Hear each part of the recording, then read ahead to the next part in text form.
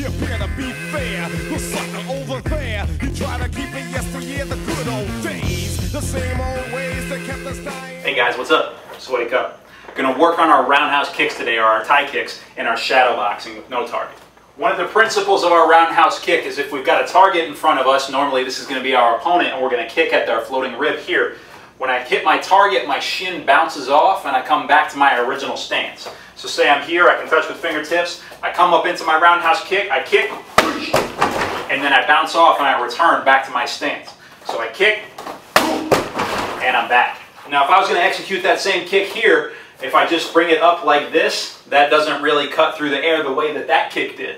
So what I want is I want to turn and I want to slice with my shin through the air, through the empty air like this, and my body's going to spin around. We're going to do it two different ways. First way, from my kicking stance, I'm going to do my kick, I'm going to end up facing the opposite way.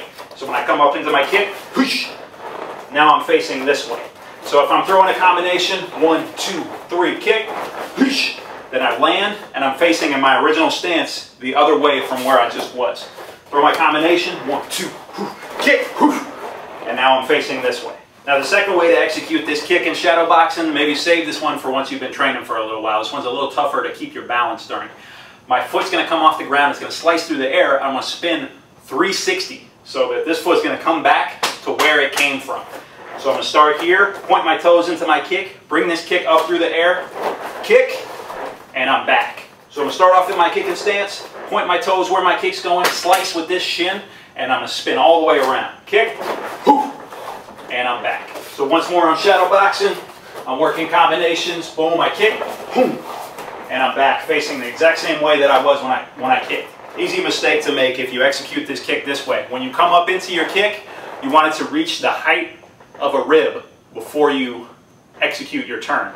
So in other words, if I kick, but I'm spinning, but my kick only hits the height over here, that's not a real kick that I'm going to do in a fight.